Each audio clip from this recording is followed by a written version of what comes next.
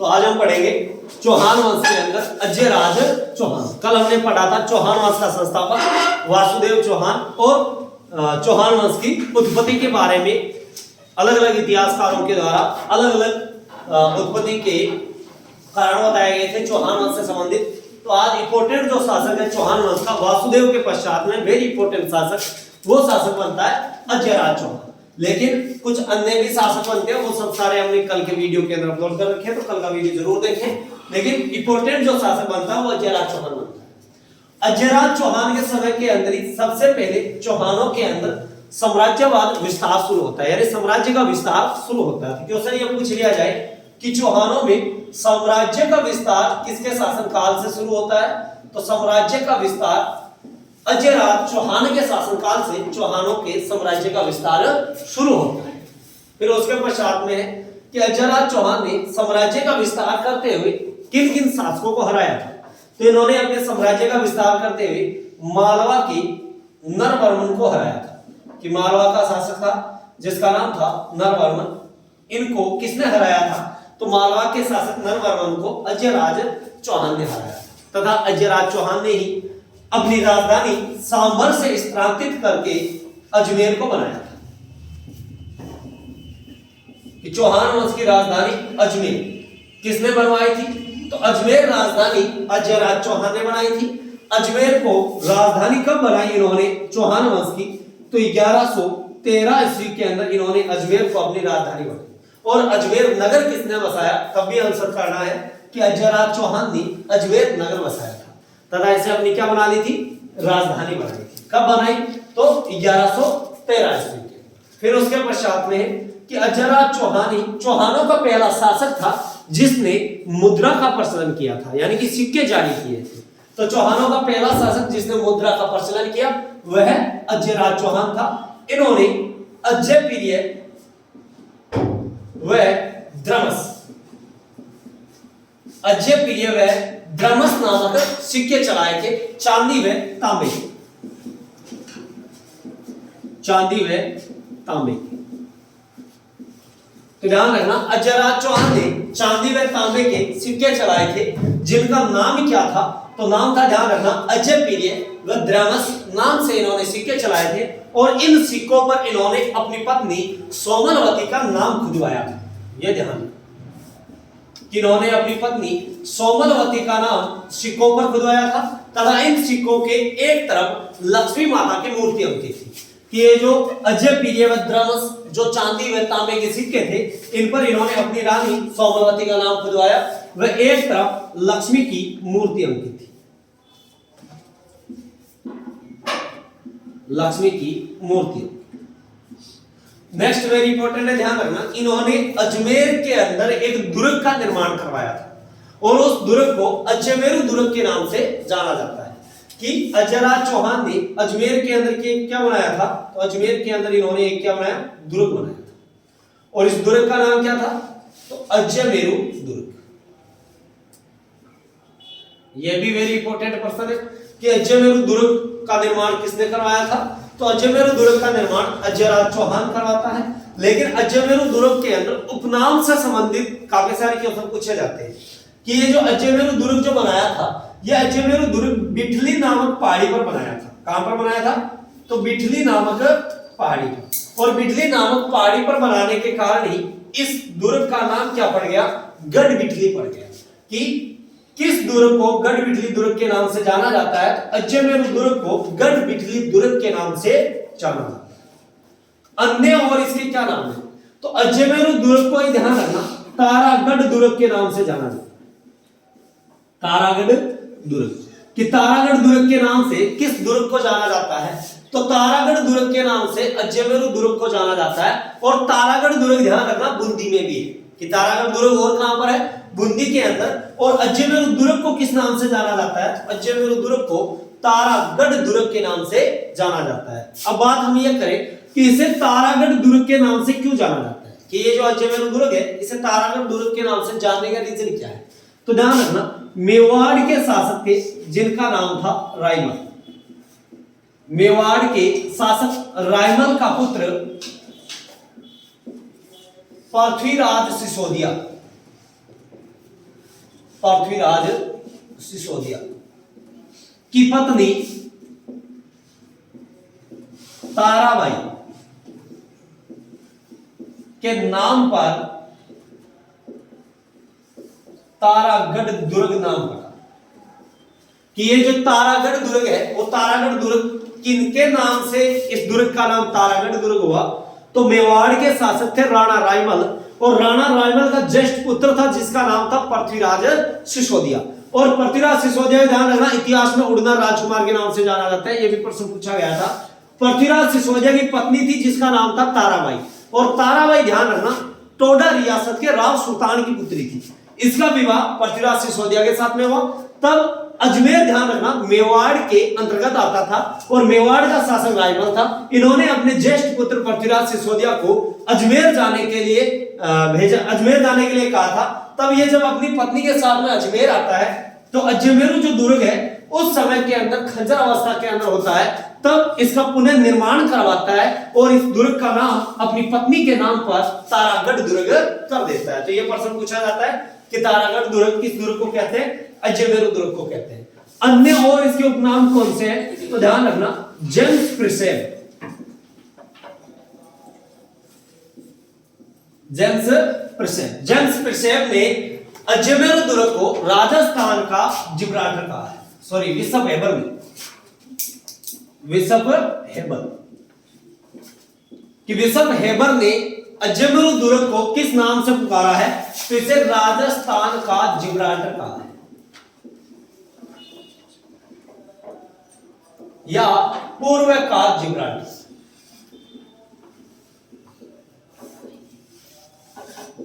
कि राजस्थान का जिब्राल्टर या पूर्व का जिब्राल्टर किस दुर्ग को कहते हैं? तो ध्यान रखना, अजमेरू दुर्ग को। और इसे पूर्व का जिब्राल्टर या राजस्थान का जिब्राल्टर किसने कहा है? तो विशप हेबर ने कहा है। अब क्यों कहा है, क्या रीजन है, देखो। तो इस प्रकार से हमारा राजस्थान, ये हो गया अपना राजस्थान, और इस राजस्थान के अंदर यहां पर है अजमेर, और अजमेर के अंदर बना हुआ दुर्ग कौन सा? अजमेर दुर्ग। तो यानी कि ये राजस्थान को क्या कर रहा है? राजस्थान के एकदम क्या बीच के अंदर दक्षिणी और उत्तरी राजस्थान को जोड़ने का कार्य करता है। और जिब्राल्टर जो जल संधि है वो, ध्यान रखना, अफ्रीका व यूरोप को जोड़ती है। अफ्रीका और यूरोप को, सॉरी, अलग करती है। अफ्रीका और यूरोप को अलग करने का कार्य किसका है? तो जिब्राल्टर जल संधि का। इसी प्रकार से राजस्थान को दो भागों के अंदर विभाजित कौन करेगा? अजमेरू दुर्ग। तो इसे राजस्थान के जिब्राल्टर की संज्ञा किसने दी है? विशप हेबर ने दी है। दूसरा ध्यान रखना, इसका उपनाम है अरावली का अरमान। अरावली का अरमान। क्वेश्चन यह है कि अरावली का अरमान किस दुर्ग को कहते हैं? तो अरावली का अरमान भी, ध्यान रखना, अजमेरू दुर्ग को कहा जाता है, क्योंकि यहीं से कौन सी अरावली पर्वतमाला निकलती है। तो यानी कि अरावली का अरमान किसे कहते हैं? अजमेरू दुर्ग को।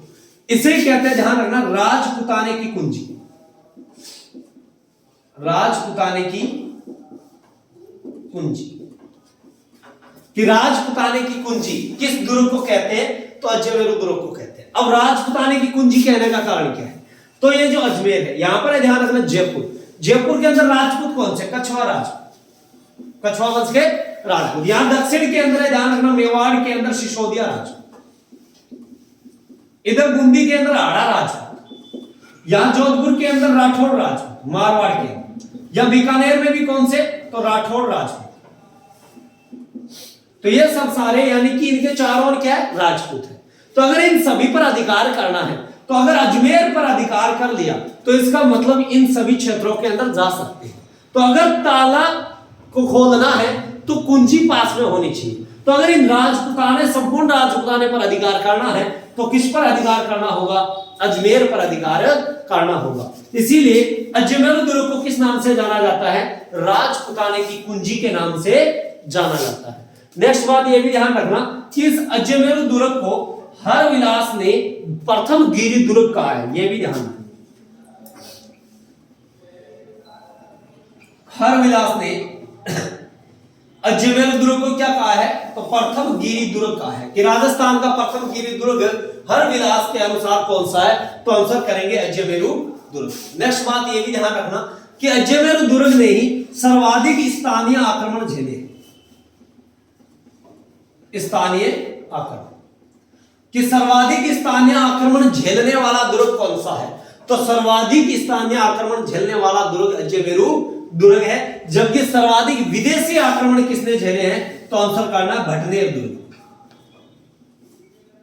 राजस्थान में सर्वाधिक विदेशी आक्रमण झेलने वाला दुर्ग कौन सा है, तो ध्यान रखना भटनेर, कि भटनेर दुर्ग ने सर्वाधिक विदेशी आक्रमण झेले हैं। तथा सर्वाधिक स्थानीय आक्रमण का मतलब राजा राजाओं के मध्य जब युद्ध होता है तो सर्वाधिक आक्रमण किस दुर्ग पर किए गए हैं, अजमेरू दुर्ग पर किए गए हैं। तो सर्वाधिक स्थानीय आक्रमण झेलने वाला दुर्ग कौन सा है, तो आंसर करेंगे अजमेरू दुर्ग। और सर्वाधिक विदेशी आक्रमण झेलने वाला दुर्ग कौन सा, तो आंसर करेंगे भटनेर दुर्ग। अन्य और क्वेश्चन अजमेरू दुर्ग से संबंधित कि अजमेरू दुर्ग के अंदर ही रूठी रानी का महल बना हुआ है। तो ये क्वेश्चन भी पूछा जाता है, ध्यान रखना कि रूठी रानी का महल, रूठी रानी का महल किस दुर्ग के अंदर बना हुआ है, तो रूठी रानी का महल बना हुआ है अजमेरू दुर्ग के अंदर। अब थोड़ी सी जानकारी रूठी रानी से संबंधित ले लेते हैं कि रूठी रानी कौन थी। तो रूठी रानी का नाम था, ध्यान रखना, उमादेव, कि रूठी रानी का रियल नाम क्या था, उमादेव था। उमादेव किसकी पुत्री थी, तो उमादेव थी, ध्यान रखना, राव लोणकर्ण की पुत्री। किसकी पुत्री थी, राव लोणकर्ण की पुत्री थी। यह जैसलमेर की राजकुमारी थी, कि जैसलमेर की राजकुमारी कौन थी, तो उमादेव थी। और राव लोणकर्ण की यह क्या थी, तो पुत्री थी।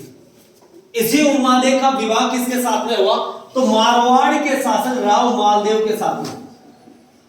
मारवाड़ का शासक था जिसका नाम था राव मालदेव।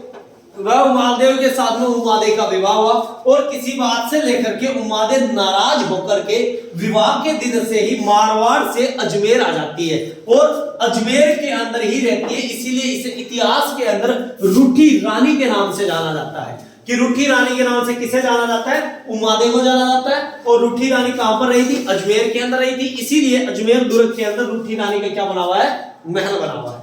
जबकि रूठी रानी व राव मालदेव से संबंधित विस्तार के अंदर हम अध्ययन करेंगे जब मारवाड़ राजवंश पढ़ेंगे, मारवाड़ के अंदर राठौर राजवंश होगा, तब राव मालदेव व रूठी रानी के बारे में एकदम विस्तार से अध्ययन किया जाएगा। नेक्स्ट है, ध्यान रखना, इसी दुर्ग के अंदर मीरान साहब की दरगाह बनी हुई है। मीरान साहब हुसैन की दरगाह किस दुर्ग के अंदर है, तो ध्यान रखना अजमेरू दुर्ग में। अजमेर दुर्ग के अंदर ही ध्यान रखना पृथ्वीराज स्मारक बना हुआ है। पृथ्वीराज स्मारक, कि पृथ्वीराज स्मारक कहां बना हुआ है, तो पृथ्वीराज स्मारक ध्यान रखना अजमेर दुर्ग के अंदर बना हुआ है। और पृथ्वीराज की अगर छतरी का पूछे तो ध्यान रखना गजनी में बनी हुई है। कहां पर है, गजनी के अंदर छतरी है। पृथ्वीराज स्मारक कहां पर है, तो अजमेर के अंदर है। कहां पर, तो अजमेर दुर्ग के अंदर। और अजमेर दुर्ग के अंदर ही ध्यान रखना घोड़े की मजार है, घोड़े की मजार। तो ये क्वेश्चन पूछे जाते हैं अजयराज चौहान से संबंधित। और अंतिम समय के अंदर अजयराज चौहान अपने पुत्र अर्णोराज को राजगद्दी सौंप करके, कब राजगद्दी सौंपी थी, 1133 ईस्वी में। 1133 ईस्वी में अपने पुत्र अर्णोराज को राजगद्दी सौंप करके स्वयं पुष्कर चले जाते हैं। ये अंतिम समय में कहां पर चले जाते हैं, तो पुष्कर चले जाते हैं। तो ये सब सारे क्वेश्चन पूछे जाते हैं अजयराज चौहान से संबंधित। एक बार वापस रिपीट कर रहा हूं, अजयराज चौहान से संबंधित कि अजयराज चौहान के समय में ही चौहानों के साम्राज्य का विस्तार शुरू हुआ था। इन्होंने मालवा के नरवर्मन को हराया था तथा इन्होंने अपनी राजधानी अजमेर को बनाया था। सांभर से अजमेर स्थापित किसने की थी, तो अजयराज चौहान ने। कब की, 1113 में। अजमेर नगर किसने बसाया, तभी अजयराज चौहान। अजयराज चौहान ने अजय प्रियव्रत नामक चांदी व तांबे के सिक्के चलाए थे और इन पर अपनी रानी सोमलवती का नाम खुदवाया था तथा इनके एक और लक्ष्मी की मूर्ति भी अंकित थी। नेक्स्ट ध्यान रखना, इन्होंने अजमेर के अंदर अजमेरू दुर्ग बनाया और अजमेरू दुर्ग बिठली नामक पहाड़ी पर होने के कारण इसका एक उपनाम है गढ़ बिठली दुर्ग। अन्य इसके उपनाम कौन से हैं, तो अन्य इसके उपनाम है तारागढ़ दुर्ग। तारागढ़ दुर्ग इस दुर्ग का नाम क्यों पड़ा, तो मेवाड़ के शासक रायमल का पुत्र पृथ्वीराज सिसोदिया की पुत्री पृथ्वीराज सिसोदिया की पत्नी ताराबाई के नाम पर इस दुर्ग का नाम क्या पड़ा, तारागढ़ पड़ा। जबकि विशव हेबर ने इसे राजस्थान का जिब्राल्टर या पूर्व का जिब्राल्टर कहा है। इसी दुर्ग को अरावली का अरमान, राजपुताने की कुंजी के नाम से भी जाना जाता है। नेक्स्ट क्वेश्चन आएगा, हर विलास ने इसे गिरी दुर्ग कह करके संबोधित किया है और सर्वाधिक स्थानीय आक्रमण तारागढ़ दुर्ग ने झेले हैं और सर्वाधिक विदेशी आक्रमण भड़नेर दुर्ग ने झेले हैं। क्वेश्चन ये पूछ रहे हैं कि इस दुर्ग के अंदर क्या क्या स्थित है, तो रुठी रानी का महल बना हुआ है, मीरान साहब हुसैन की दरगाह है, पृथ्वीराज स्मारक है और घोड़े की मजार है। तो कल हम पढ़ेंगे अजयराज चौहान के पश्चात में चौहान वंश का इंपॉर्टेंट शासक अर्णोराज चौहान, जिन्हें ये अपनी राजगद्दी सौंप करके पुष्कर चले जाते हैं।